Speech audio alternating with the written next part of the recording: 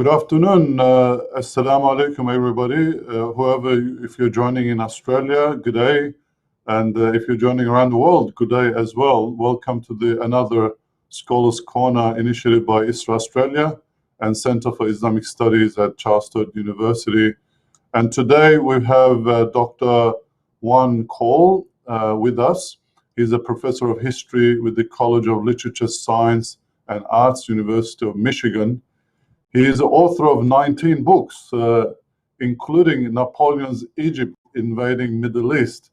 I'm really interested in that book. I haven't read it yet, but it sounds really interesting. It's one of the key moments in modern history of Middle East and Muslim world, where Napoleon comes and invades Egypt about 220 years ago. But today we'll be talking about his 2019 book, Muhammad, Prophet of Peace Amid the Clash of Empires. And welcome, Juan, to Scholars Corner. Thank you so much, Mehmet. It's wonderful to be here with you. All right. I look forward to this discussion, and I really enjoyed reading your book. It really gave a different perspective to the life of Prophet Muhammad, peace be upon him. When Muslims talk about life of Prophet Muhammad, they usually talk about in the absence of the historical context of the time, other than just knowing about the basics of Byzantine world, the Sasanian Empire, that they existed and they kind of clashed. But they don't discuss the details. And one of the things that your book does is give us that context. So I really appreciated that aspect of it. I also like your style of writing. I really enjoyed. It was an enjoyable book. For example, you say, quote, worshippers gathered at cockcrow before the Kaaba as the lilac gray sky brightened into amber above eerie lava hills. That was really nice. It painted a picture of what Muslims were experiencing like in those days. And this is the book, everybody. The Muhammad, Prophet of Peace Amid the Clash of Empires. All right, let's get stuck into it. As I mentioned, that you give us a historical context while the Prophet was in Mecca, which starts from there. Oh, you start earlier, but I'll come back to the early bit later. So between 610 to 622. That's when Prophet Muhammad's Meccan mission kind of started. Were the empires clashing at that time? Why and how did this affect Arabia? Yes, the empires were clashing big time at those moments when the Prophet's ministry began. The war began in 603. And it was hardly the first such war between the Romans and the Sasanian Iranian Empire. There had been many. But this was unusual for its duration. It lasted from 603, I would argue, all the way to 630. So some 27 years. And it was unusual for its ferocity and for its geographical scope.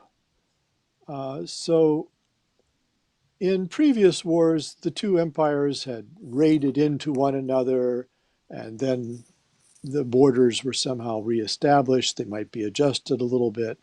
But in this war, the Iranians poured into the Roman Near East, into what is now eastern Turkey, Anatolia, all the way up to Constantinople, and into Syria, greater Syria, so including Palestine, and into Egypt, and took all of these Near Eastern territories away from Rome for the first time, really, since they were conquered in 106 by the Roman Empire.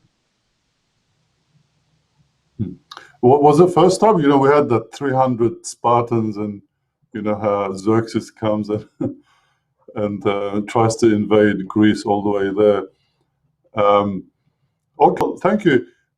These are kind of that clashes reflected in Quran, chapter 30, verses 1 to 6. And the whole chapter is called Rum or Rome or Roman, we could translate it as. And Muslims love to quote that because it kind of predicts that Romans will be victorious. Like, why would Quran make such a prediction on Romans having a victory over Persians? Well, I argue that the Quran shows an attitude of being upset by the Iranian invasions. My educated guess is because the Quran, it is like the Psalms in a way. It's praises of God, and its language is elliptical. It's not a political or a narrative text. And so many things that are in the Quran are, difficult to contextualize or to understand in history exactly. But my own take on it is that that in the Quran, condemns aggressive war. And I think it's likely that it disapproves of Khosrow II, the Iranian king of kings, for this massive invasion of his neighbor. And actually, this sentiment that while the Roman Empire has been set on a back foot by the Iranians at the moment, it will eventually come back and prove victorious, was fairly common in the literature of this era. Uh, and so there are the historian Theophylactos Simokatis predicts that after a certain number of years, the Romans will come back. And this sentiment is also found in other literature, often of an apocalyptic sort. So these Christian writers saw the Iranian invasion as a kind of end of the world scenario. Mm. They did think that Rome would return victorious, but then they thought the world might well end. And so that apocalyptic sense is not there in the chapter of Rome in the Quran, in the Surat al-Rum. But otherwise, the sentiments in it are similar to some of these other contemporary works. By the way, I just want to have a disclaimer that anyone who's of a Persian heritage who's watching at the moment, um, this is not obviously Sasanian Empire was a Persian empire. They were not Muslim at the time, and obviously a lot of things happened. They convert later on, so there's not a knock on the Persian people as such. The discussion that we're having here. Uh, just one thing that I found really interesting in your book that you were saying the reason why, or one of the reasons why Muslims would be pro-Roman was because the Meccan pagan establishment had diplomatic ties with the Sassanians, the Persians, because Persians were ruling over Yemen at the time, and the mushriks or the pagans of Mecca leaders, they had alliances with the Persians, trade alliances, and which kind of meant political alliances that naturally Muslims opposing um, to mushrik rulers in the pagan rulers in Mecca were allying themselves with Romans. How do you come to that conclusion? Like, what's the evidence for that? Well, there's two kinds of evidence, I think, for it. One is that the Quran is throughout, to my mind, a pro-Christian document. At one point, the Quran promises Jesus that his followers will be above the Kafirs, above the pagans, until the end of time. mm, The Quran says to Jews and Christians, your Lord and our Lord are one Lord, and we all worship the same God. The Quran has its criticisms of Christian doctrine here and there, but it permits Muslim men to marry Christian women and Jewish women for that matter. And you know, this was not permitted in mm, uh, in mainstream Christianity of that time. To marry outside the religion was not permitted. But I think it shows that the Quran thought of Muslims and Christians and Jews as all followers of Abraham, and so they're suitable as mates. And then you know there's that in the Surah Al-Kahf, the chapter of the cave, 18. There's a passage, a long passage about Dhul Qarnayn, about the possessor mm, of two horns. Well, historians believe that this is a reference to Alexander the Great. And Alexander the Great in Greek iconography was depicted as having ram's horns, and it was part of his divine status. So he was the one with two horns. And it praises Alexander as, you know, holding off the hordes of Gog and Magog. Whereas in Persian literature, um, let us say that Alexander is taken a dim view of. He was the one who destroyed the capital of Persepolis, and the Zoroastrian priests wrote against him as having been a kind of devil who harmed their religion.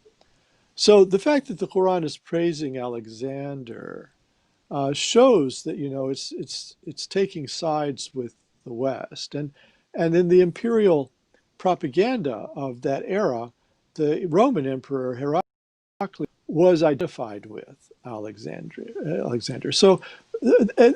addition to that, if I might, one more thing. Sure. In in the mid 700s, some 130 or 40 years after the Prophet's death, Muslims began writing extended commentaries on the Quran and biographies of the Prophet and chronicles of early Islam. They hadn't done so in the Umayyad period, but in the early Abbasid period in the mid 700s, they started doing so. One of the earliest long form tafsirs or commentaries on the Quran was by a man named Suleiman, Muqatil bin Suleiman. And Muqatil was from Balkh. So he was a very early figure. And he says in his commentary on the Surat Rum, on the chapter of Rome, that the pagans were allied with the Iranians on the grounds that neither of them were Mm, Abrahamians. They were both kind of pagans. Whereas the early believers around Muhammad were allied with Rome. This is repeated by Tabari, the great authority later on. So there's two kinds of evidence, the Quranic and the exegesis. Thank you. That was fantastic. So could we, I guess there were two main reasons why Muslims would be allied with Romans. One is theological.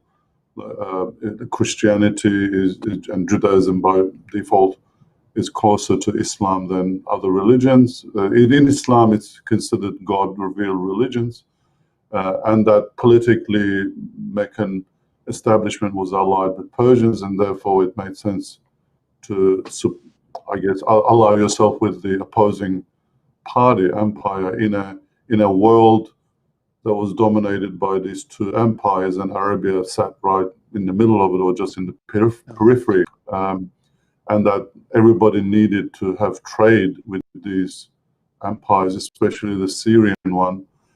Um, would that make Prophet Muhammad and the early Muslims pro-Western?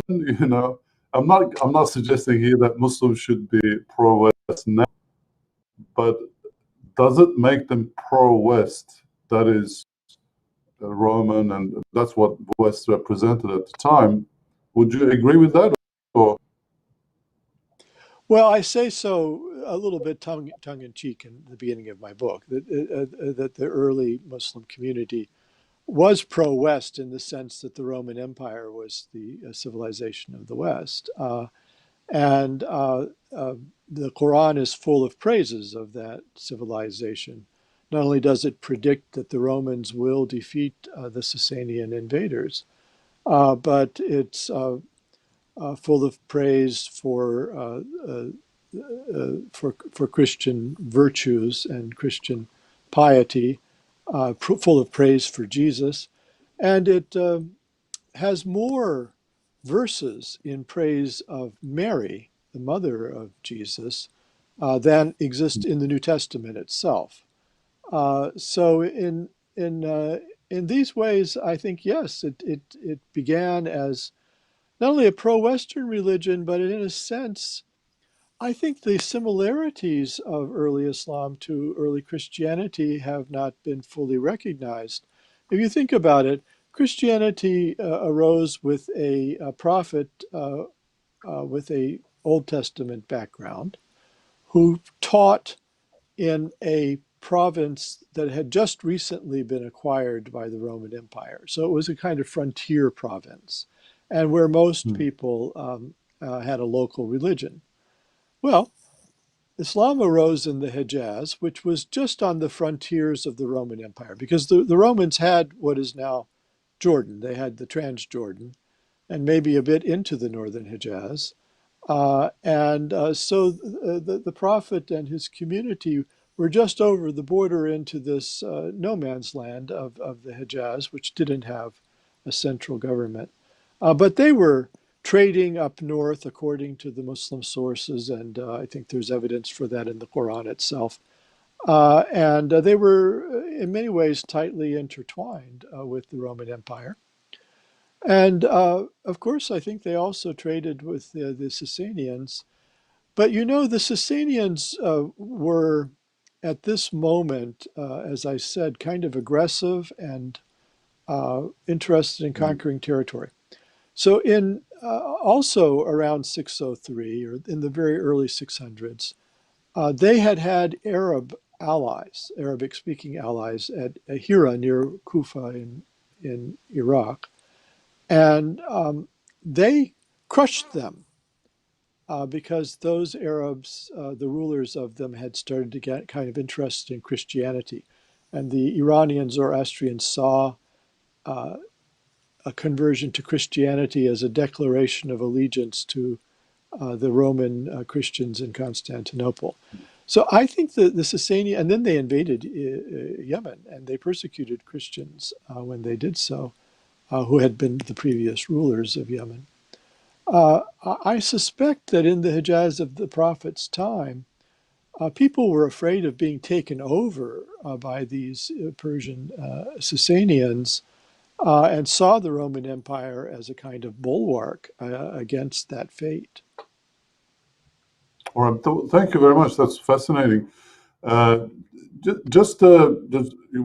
touched on some theological aspects that Quran talks about Jews, Christians, and Mary.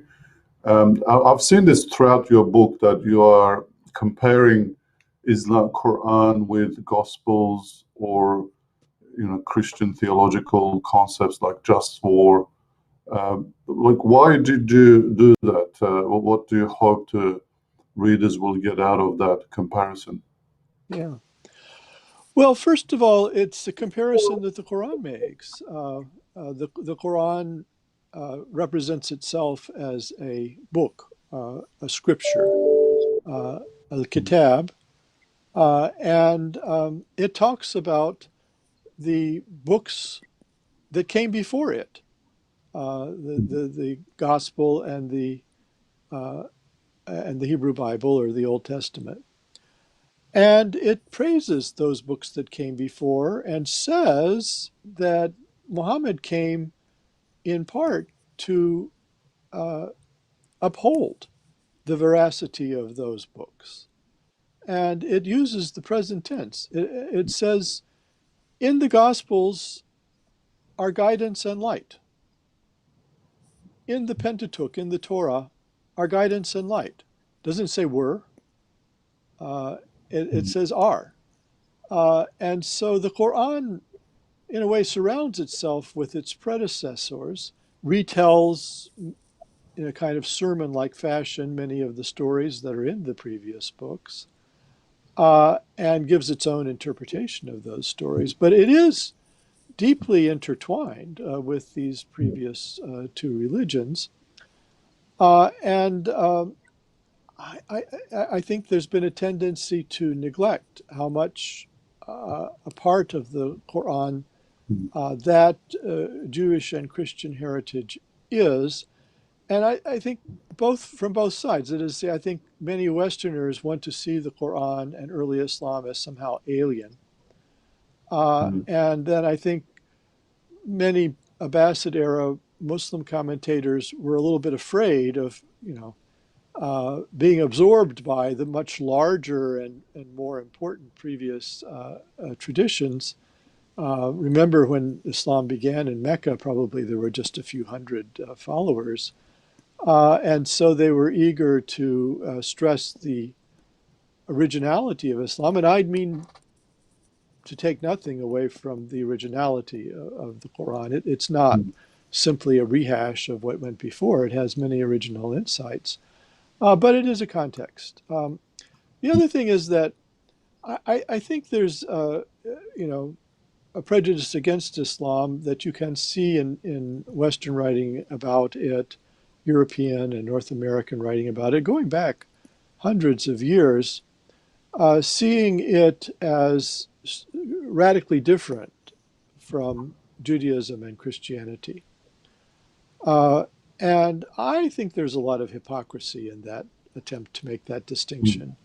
So I just advise anybody who has that point of view to read the chapter of the Old Testament of Joshua, which is, I think, the most violent piece of writing in any religious tradition that exists. And in contrast to the passages on war in the Quran, doesn't offer any quarter to the enemy. The enemy is to be killed if they're defeated. Whereas in the Quran, it says that prisoners of war should be taken and then they should be released for a ransom if possible, but anyway, released. So I think that the comparisons are important just to get a sense of scale here. All right. Well, thank you. Just one, you called the title of the book Prophet Muhammad, Prophet of Peace amid clash of empires. Like, what features of Prophet Muhammad's, teaching or his actions, his character, what makes him peaceful? So peace is a important theme throughout the Quran. Now, I don't want to blow my own horn too much, but despite the importance of peace throughout the Quran, I think mine is the first book that systematically traces the concepts having to do with peace in the Quran all the way through the scripture. And I cannot understand why that is. So in the Mecca period, as you mentioned, the Prophet was preaching 610 to 622 in Mecca. Uh, the There are verses that say things like this. They say, uh, if anybody is taunting and harassing you, wish them peace. Say assalamu Mm. alaikum. And you know, assalamu alaikum or peace be upon you is a prayer. It's a Yeah. request that God should bestow peace on somebody. So the Quran uh, says that the believers around Muhammad walk humbly upon the earth, and when they are harassed or taunted by uh, the rowdy, you know, the word is jahil, which literally means ignorant, but it has the implication out of control, without any self control. When they're bothered by those people, they wish them peace. Then, in later in the Meccan period, the Quran goes beyond uh, this idea of wishing peace on your enemies.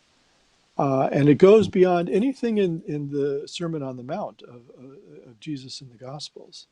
And it says that, that you should uh, respond to the evil done you with the greater good.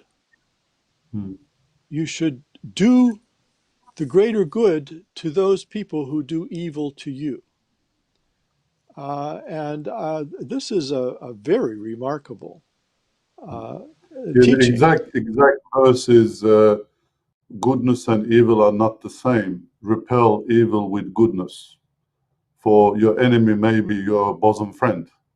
That's the Yeah, exact verse. it says that one of the reasons to behave in this way is that you will transform your enemy Mm. into, I would translate it as a patron, but in any case, a supporter and a What friend. about the one? What about the Medina period? Because that's when there's open hostility, there's wars happen.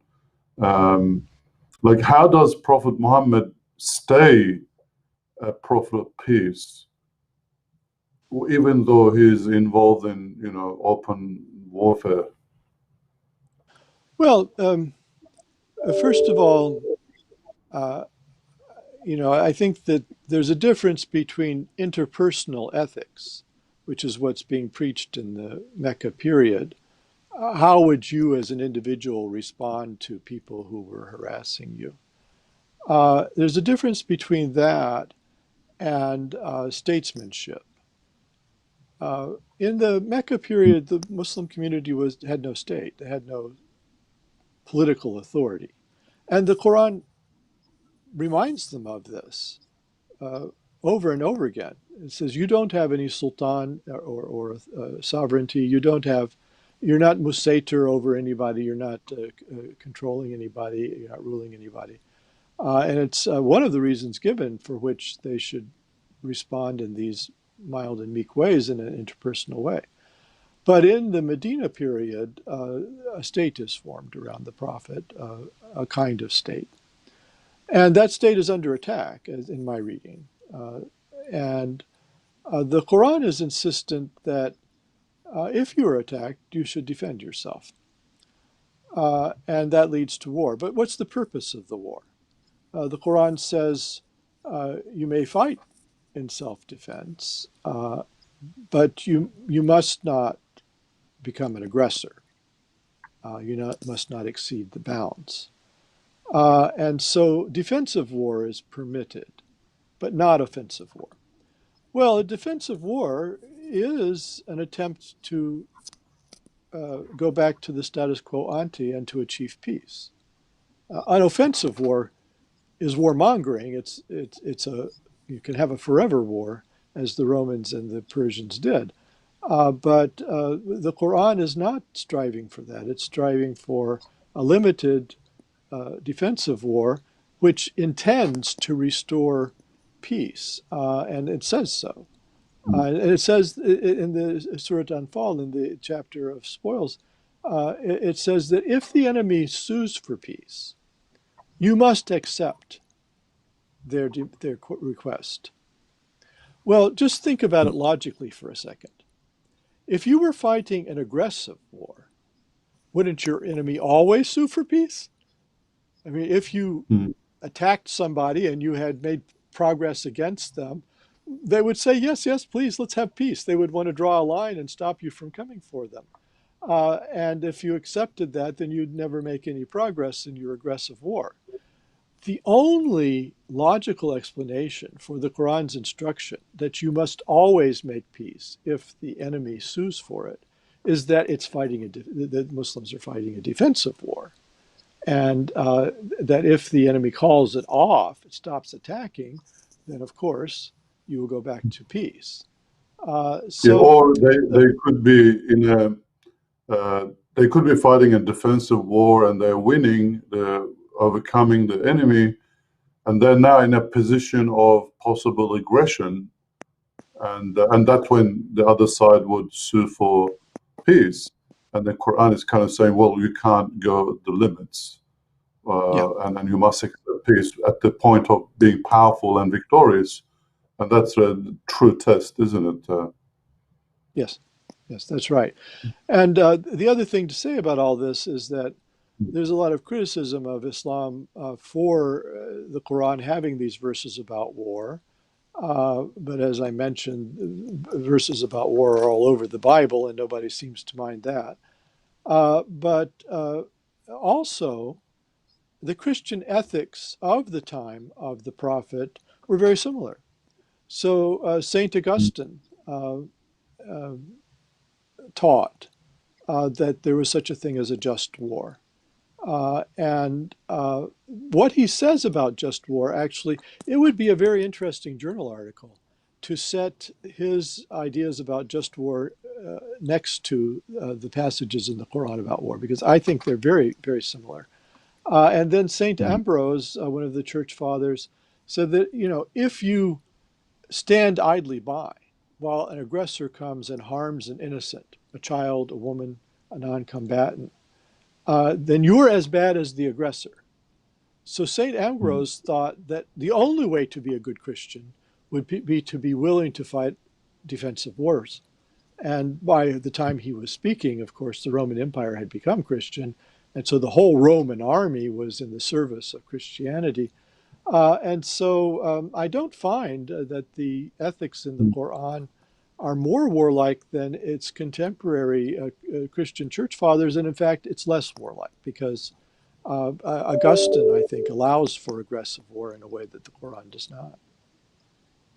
Okay, so we can kind of sum up to say that in the Meccan period, when Muslims and Prophet Muhammad were living with the pagans, although there was a lot of persecution and tension, Quran and Islam strictly did not allow violent retaliation because that would be anarchy. You know, you just create chaos in that city. You're living together.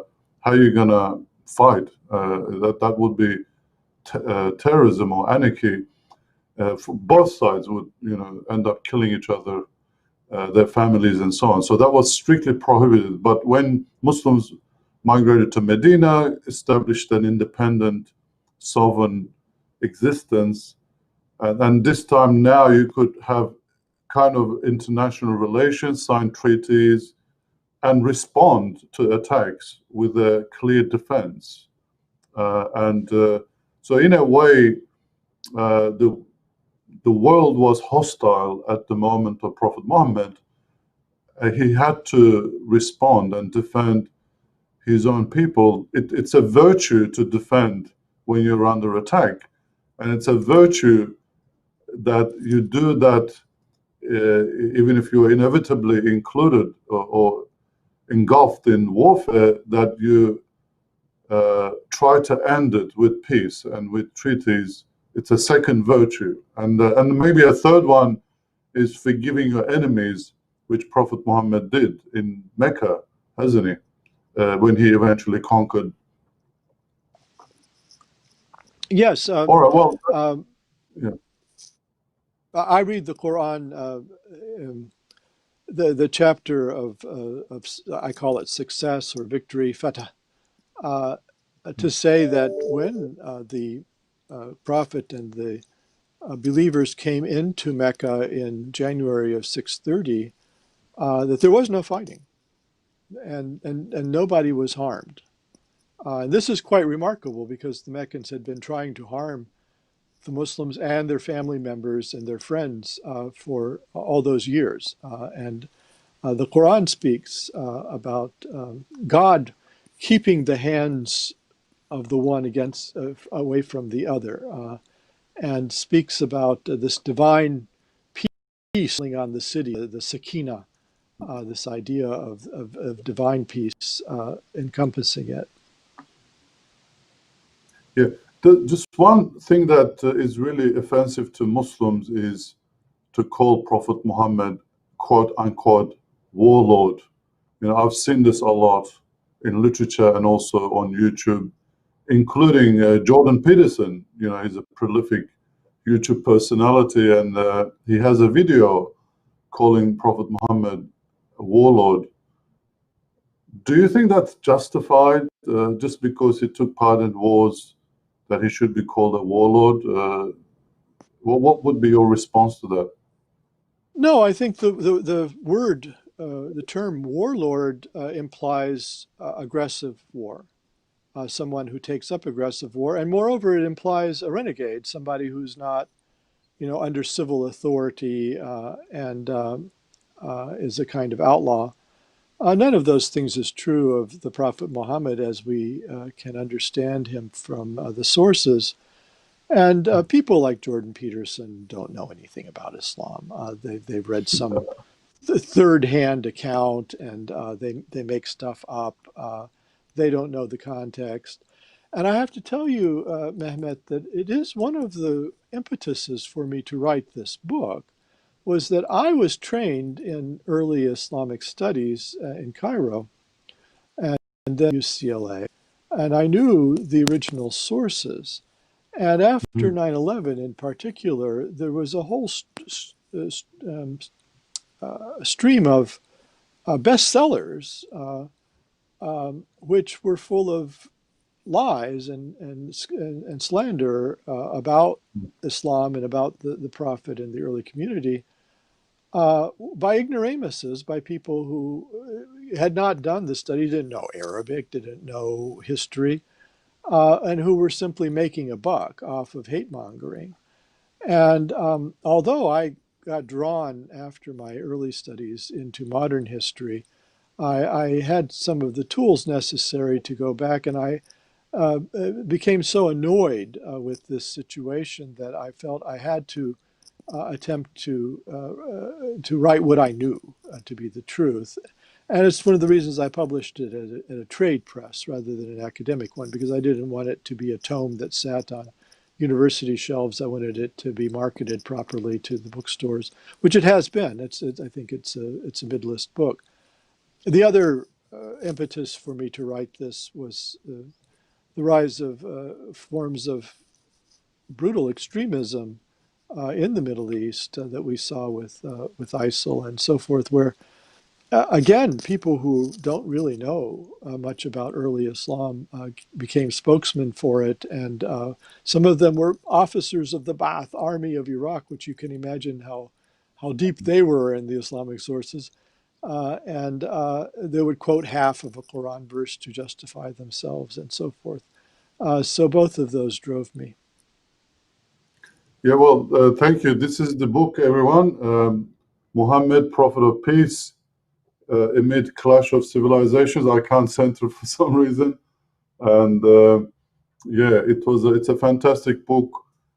Definitely one of a kind. You know, amongst many books written about Prophet Muhammad, it has a very informed argument towards what the title of the book.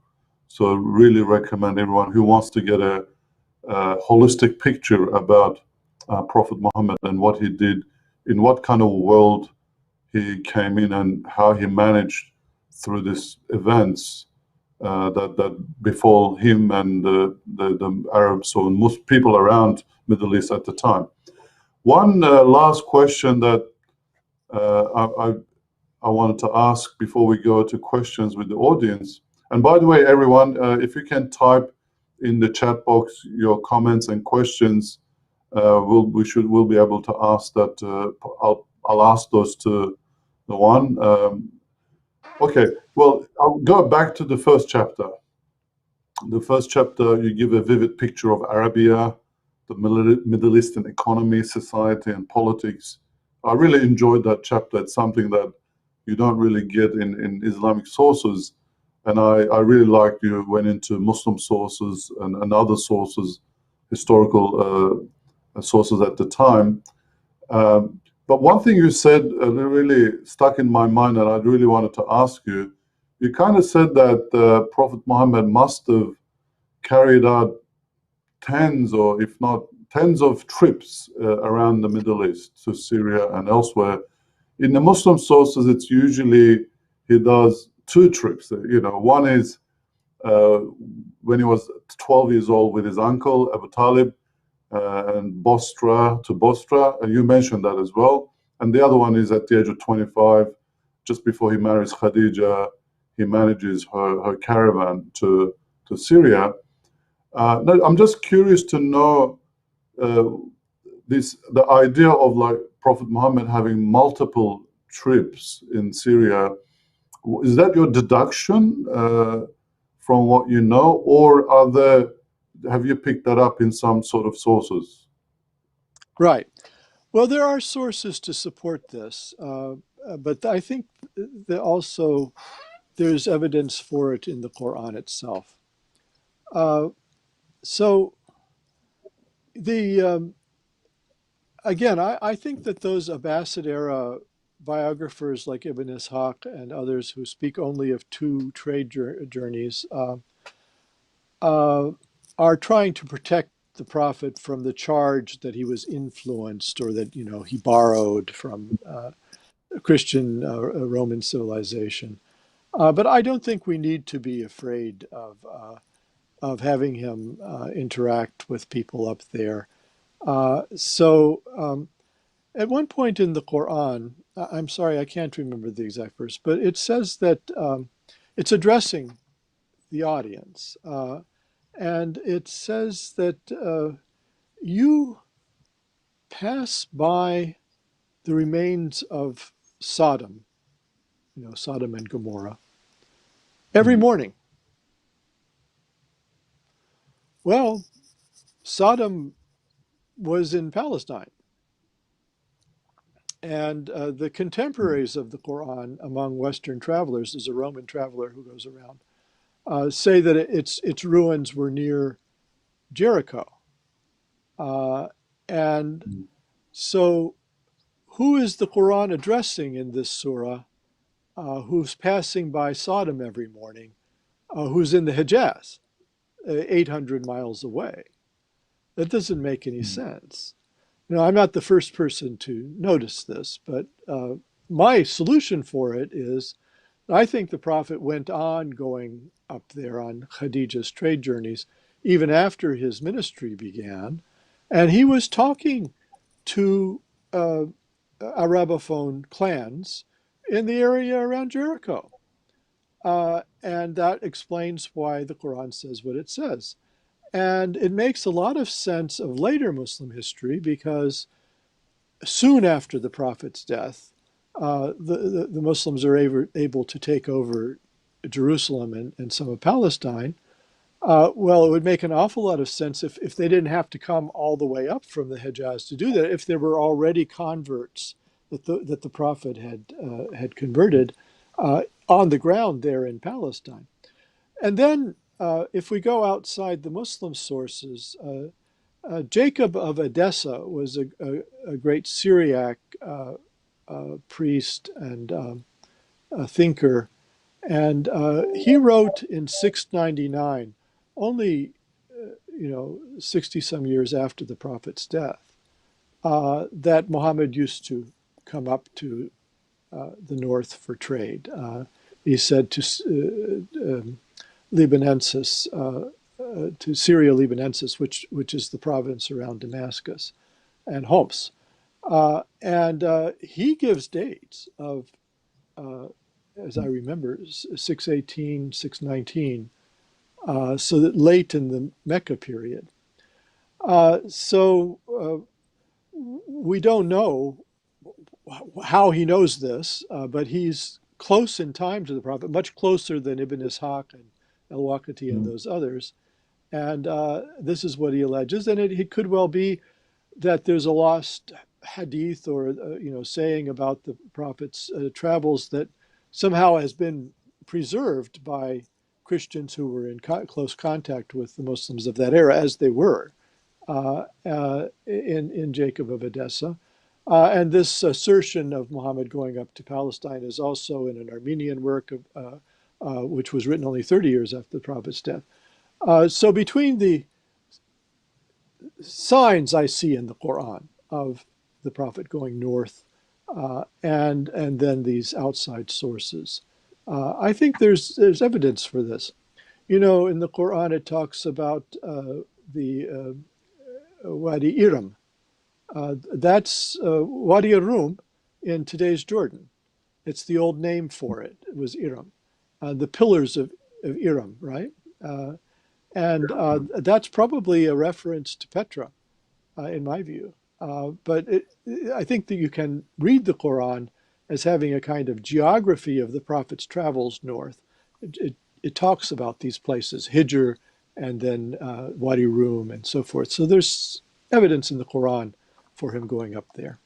I think Iran was discovered as a different city, but that's not the point. I guess I see your point in that, like for example, if we take Prophet Muhammad's trip with Khadija at the age of 25, it just doesn't make sense that she would, put all her investment to a complete novice, and and trust that it's not going to fail. So he may have done some smaller, perhaps, trips before Khadija. We just don't know about them. Mm-hmm. And then from the age of their marriage to from 25 till, let's say, even 35, even if he kind of was excluded after that, more spiritually, like there's 10 years, it's not conceivable that he just sat there, did nothing, and just enjoyed himself in Mecca. That he must have done some other trips. I think I find this bit fascinating. I think it's a nice PhD topic as well to really look into the sources and write something about that. It doesn't take away from Prophet Muhammad as a prophet, in my view, um, as all of these experiences.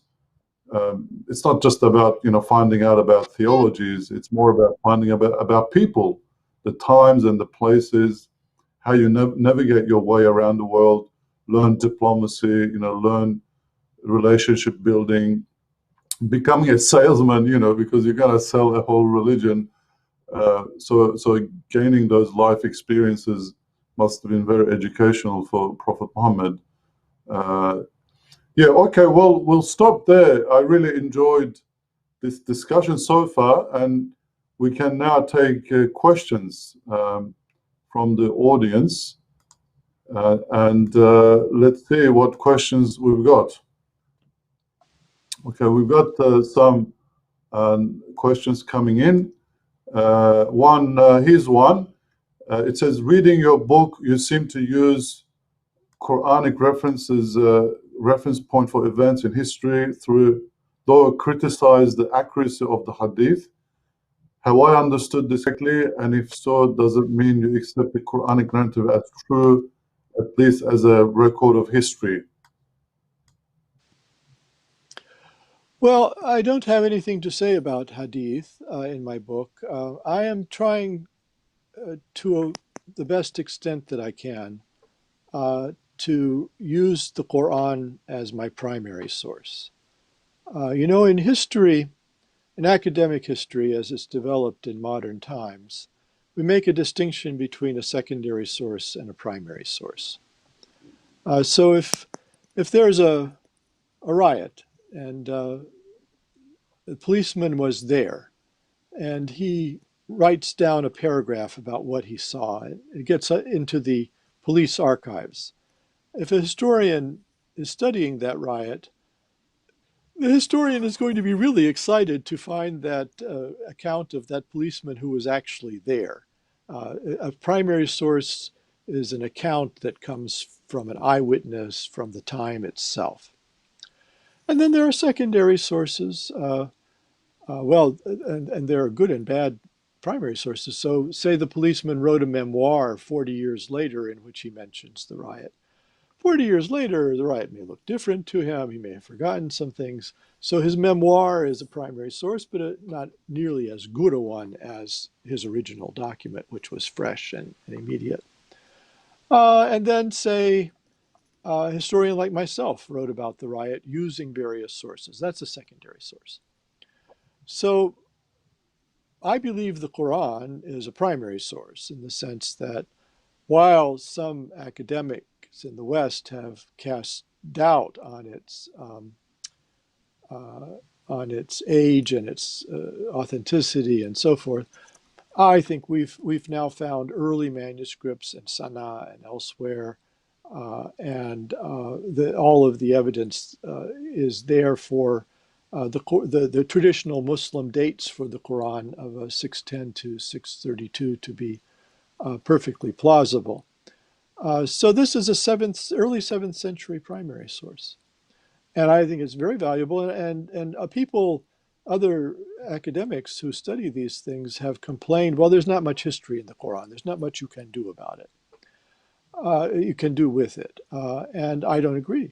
If the Quran comes through the Prophet Muhammad, it comes through whether it's revealed or not. As a historian, we don't make that judgment. But if the Muhammad was the vessel for it, and as the Muslim community agrees that he was, then what you want to know is what were the attitudes towards peace of the Prophet and his community and of the Scripture, and how did they change over time? Then it's a primary source. It's the best primary source. And there aren't very many primary sources in any language, Greek or Persian or anything, in this period. So it's a very valuable primary source. Now, the Hadith, All right. Mm. they come from a much later period, and they're oral, and they get written down. I have no strong opinions about their authenticity or whether they can reflect for us some historical attitudes and beliefs of a much earlier time. But as a historian, I can't prove it. I don't want to insult anybody who wants to believe in them, and I don't have any evidence against them. But as a historian, I'm duty bound to use the primary source. So this is a Thank you. Quranic biography. Thank you, Juan. Just want to remind everyone that we advertise that we finish this by within the hour, but we'll go over time, at least 15 minutes. So if anyone has to go back to work or you've got something scheduled, you can just leave the gathering. So we will continue. So you're welcome to stay on, certainly. Okay, the next question is about what you said about Zulkarnain, the one. I guess you kind of mentioned that he could be Alexander the Great. I know that there are. I guess the question is the Quran is talking about Zulkarnain is a very positive light, like a monotheist. The question says, and he's included in God's word. Like this is from a Muslim framework or Muslim thinking. The question, but we know the historical Alexander was not a monotheist, or was he? And that he was not perfectly ethical person. I guess the questioner is seeing some contradictions there. I know Yusuf Ali, I've read his justification. He kind of agrees that it has to be Alexander the Great. Like we don't know any other person in history prior to Islam that would make such grand, military expeditions. in the world other than Alexander the Great. I guess, like, how would you justify? Is there a contradiction between interpreting that Zulkarnain is Alexander the Great as Quran depicts him, uh, yeah, how do we know? Or it could it be someone else? Yeah. Well, there's controversy in the Muslim tradition about who this figure is because he's not named. He's just called the two-horned one. But there isn't any doubt among professional historians that it's Alexander. Um, so here's the thing: we're not talking necessarily about the original Alexander of the 300s BC. We're talking about a figure that has been much written about in a fabulous way. And so there was a genre of literature in the centuries just before Islam about Alexander, which are called Alexander romances. Romance in the sense of, adventures. And some are written in Greek, and then they began being written in Aramaic or Syriac. And the existing Alexander romances of the early 600s are identical in detail to the story that's in the Quran. So Alexander makes an iron gate against the barbarians, right? The iron gate is in the Alexander romances. Alexander goes to the ends of the earth and where the sun rises. The detail is in the Alexander romances in Syriac. So there just isn't any doubt that the Quran is evoking that literature about Alexander. But why? And so we know that during the war between Iran and the Christian Roman Empire, propagandists for the Roman Emperor Heraclius depicted him as the new Alexander. And I think that in light of Surat Rum, Alexander is being talked about in the way that he is in the Quran as a symbol for the Christian Roman Empire, who's a monotheist and who is saving the world from the hordes of Gog and Magog, i.e., the Sasanian Iranians, who are the barbarians invading. So that's the way that I would interpret it. And you know, it's always going to be somewhat controversial.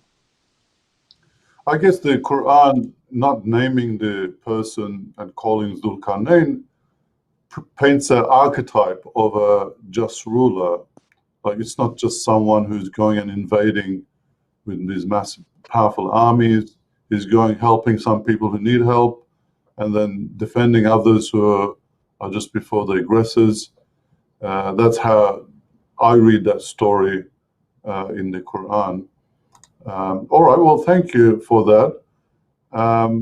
One question is that didn't the first few caliphs, including the second caliph, expand the Muslim lands through conquering after Prophet Muhammad? Do we still consider that as a defensive war? Yes, well, that's a good question. And it's one that some of the reviewers of the book have raised. I stopped my story in 632. And the reason for that is that we have no primary sources for the Caliphal and Umayyad periods. There's no document that we can be sure comes from that period in an unaltered way. And what we have is the Abbasid Empire's imagining of them. And some research has suggested that sometimes the Abbasid authors used biblical figures as a kind of model for how they talked about the caliphs. So I really can't say anything about it. I don't think that we can take what the Abbasids say 200 years after the fact. It's, you know, it would be, you were talking, Mehmet, about my book about Napoleon in Egypt. It would be as though I got on a plane and flew to Corsica, and I asked people in Corsica, what do you remember about Napoleon? I mean, that's how far away, you know, Al-Waqidi and some of these others were from the time of the caliphs. So Mm. I don't think we can jump to conclusions that they were fighting aggressive wars. For one thing, after the two empires fought this massive battle with one another, they left each other exhausted. One source says that the Roman army had no cavalry left. You know, at that time, it's like saying you had no armor. And I suspect there was a power vacuum. There were regional and local uprisings. There was a lack of order. And my guess is that a lot of times local people came to the Muslims and said, look, you know, we're being uh, hit by bandits. We have no security. Would you please come in and rescue us? And even when the sources say that the early Muslims conquered in, say, a place like Syria, uh, they don't seem to have conquered the cities. They made treaties with the cities, and they garrisoned themselves outside the cities. And the archaeologists, you know, have dug in Damascus and these other Homs and these cities that the early Muslims conquered. If there was a war, if there was a violent conquest, when you're digging as an archaeologist, you get to a level where there's a lot of ash, where buildings were burned, and you find also bones, you know, people being killed and so forth. There's nothing like that in the Near East. From an archaeological point of view, you could never prove that the Muslims had conquered Syria. There's no evidence of it in the sediments. So I think a lot of it was negotiation and treaties and safe passage, and in some instances, maybe entreaties to intervene.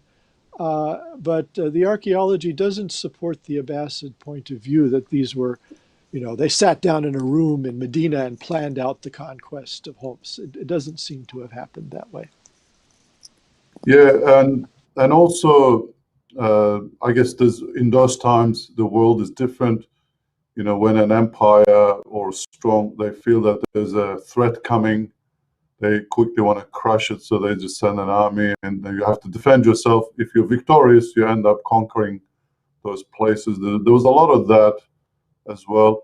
I mean, we get that with the Battle of Muta. During the lifetime of the Prophet Muhammad, Muta was very close to Transjordan in a geographical sense. Although, again, the Islamic sources kind of say there was 3,000 Muslim army and there was 200,000, you know, the Thai army. There's always 200,000, you know, and Yeah, yeah. Medieval that would be statistics aren't their strong point. that would be an impossible army to sustain. And in those conditions, just to feed that army is enormous cost. Yeah. And also, why would you Well, send 200,000 to Arabia? That's just not a threat. It's not even a superpower yet. yeah.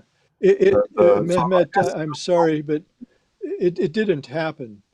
The Abbasid sources didn't know that the Byzantines were, the Romans were expelled from the Near East by the Sasanians.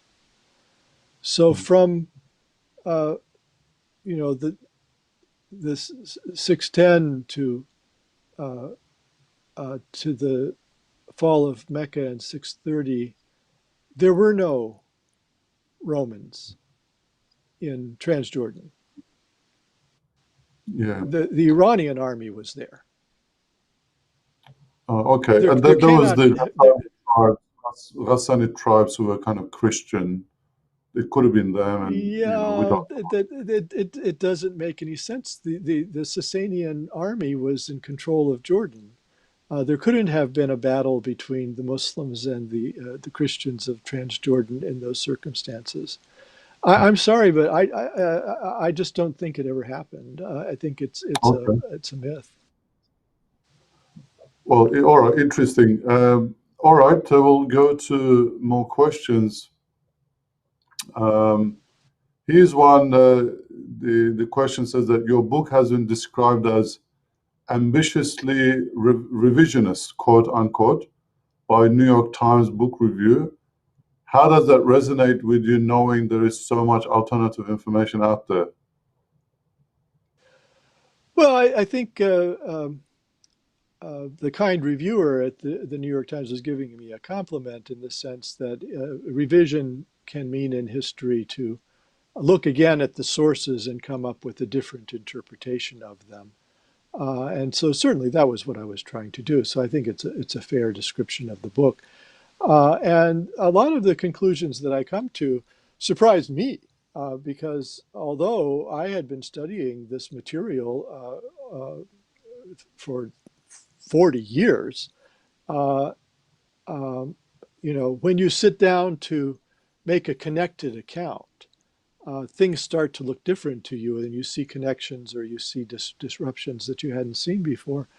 And I was surprised sometimes at some of my own conclusions.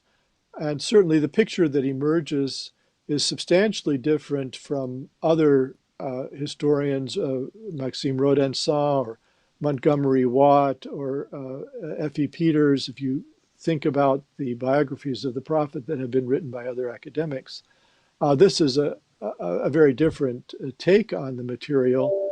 And it's partly different because I do make the Quran my primary source. And so if it's not in the Quran, I don't have much to say about it.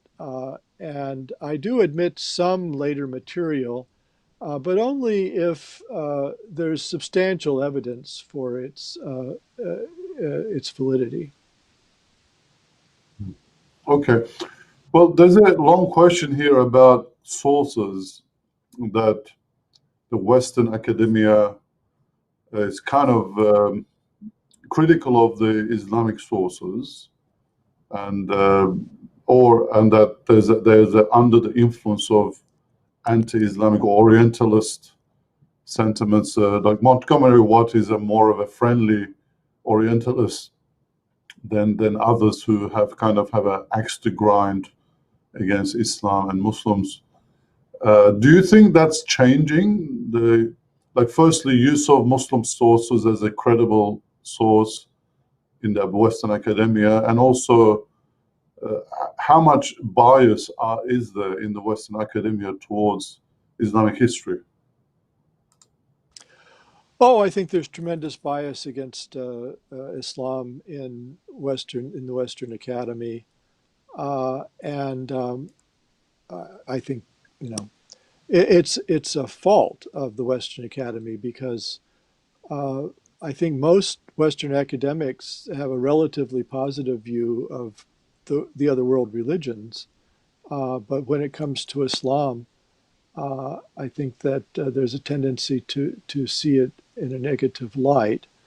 And some of the negative reviews my book has received have been from people who I think don't like Islam very much and don't approve of a relatively positive image of its founding. Um, but I think the issue of how we view the Abbasid sources, because most of them are Abbasid era that are in doubt, is a different issue. And I think that there are things in the Abbasid sources that certainly are untrue and which reflect badly on Islam, and that are very different from what's in the Quran. So, just very briefly, if I might, to give you an example, um, in uh, Surat al Balad, the Quran addresses the Prophet and it talks about how this is al balad al amin, right? It is a secure city. It's a city of peace. And in Arabian culture, there were haram and hema were places of peace where you shouldn't fight. In Hema, you shouldn't even cut down trees or hunt animals. Mecca was a sanctuary of that sort. It was a zone of peace where feuding was not allowed. And so the Quran calls it the Balad al-Amin, and then it addresses Muhammad, and it says, and you are hell in this city. Hell, in this case, almost certainly means legitimate, like we might say a citizen with all the rights of a citizen in this city. And it's a pushback against those Meccan pagans who were seeing the prophet as somehow illegitimate. So no, you're a Meccan. You're hell in this city. The, of course, the word, the verb, hella can mean to make something allowed that otherwise would be haram. And in the Abbasid period, hundreds of years later, it was common if the king didn't like somebody, wanted to persecute him, he would make his blood hal. It means you could kill him. Otherwise, murder is haram, right? It's forbidden. But if the authorities declare that your blood is halal, then you can be killed. So the later Abbasid sources saw that power of the king to kill people at will as making him hell. And so in some of the tafsirs of the exegesis of the Quran in the Abbasid period, when they come to this verse, they say this means Muhammad can kill whoever he wants. And this is the same book that says that if somebody does evil to you, you should be good. You should do good towards them. How likely is it that it's saying Muhammad is can kill people at will? I just want to tear my hair out when I see something like this.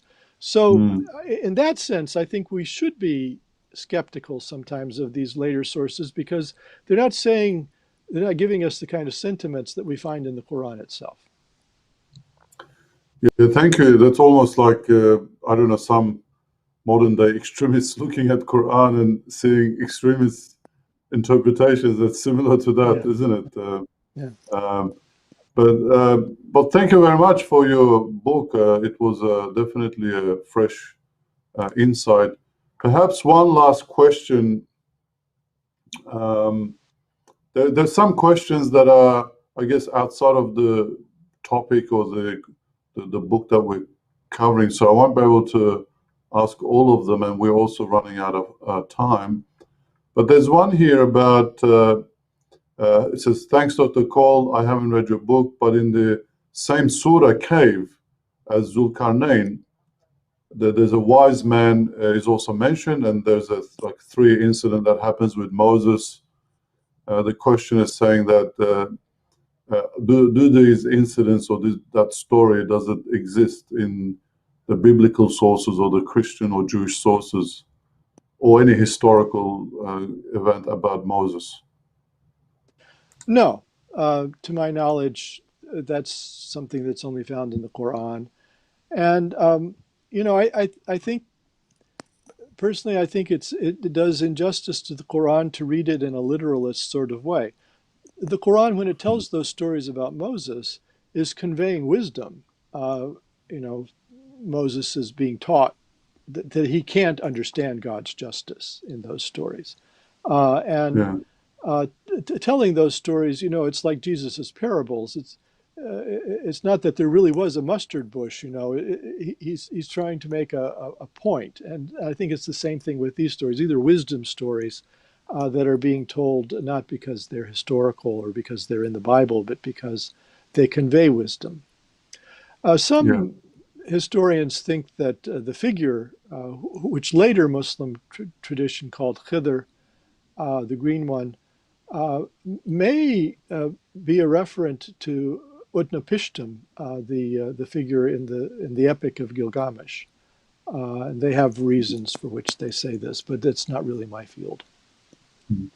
Yeah, well, putting on my Islamic scholar hat, looking at the complete chapter, there's really 3 main stories there in Surah Cave, chapter 18 in the Quran. The first one is the these youth who are escaping persecution and hide in a cave for a long time, and then moves on to this Moses having this going through places, and they encounter certain events that looks unjust, but it's really just. And then there's a Dhul story. It kind of tells the evolution of where a religion starts, or society. You first start as a persecuted people, and then you move into society, which is complex. It's not always easy to know what is right, what is wrong, and you need to navigate your way through that. Finally, you become victorious and powerful. In all those circumstances, Quran instructs the believers or people who are reading what to do, what to look out for, and it's a source of guidance ultimately, in a sense. All right, well, we come to the end. That was a very nice discussion, Juan, and I really enjoyed it, and it was very informative. And I'm really curious to read your other book about Egypt. Napoleon's invasion of Egypt, although that was published in 2007, wasn't it? Yes. But I think it sounds a long time ago, but it's very right after the 9/11 world, and I think that's the Napoleon's invasion of Egypt is one of the first very close encounters of that Europe had with the Muslim world, and the Muslim world had with Europe. Before that, it was, I guess, very superficial, some trade things and some wars, inevitably in that long 1,000-year history. But for the first time, there was a social, cultural, and intellectual exposure.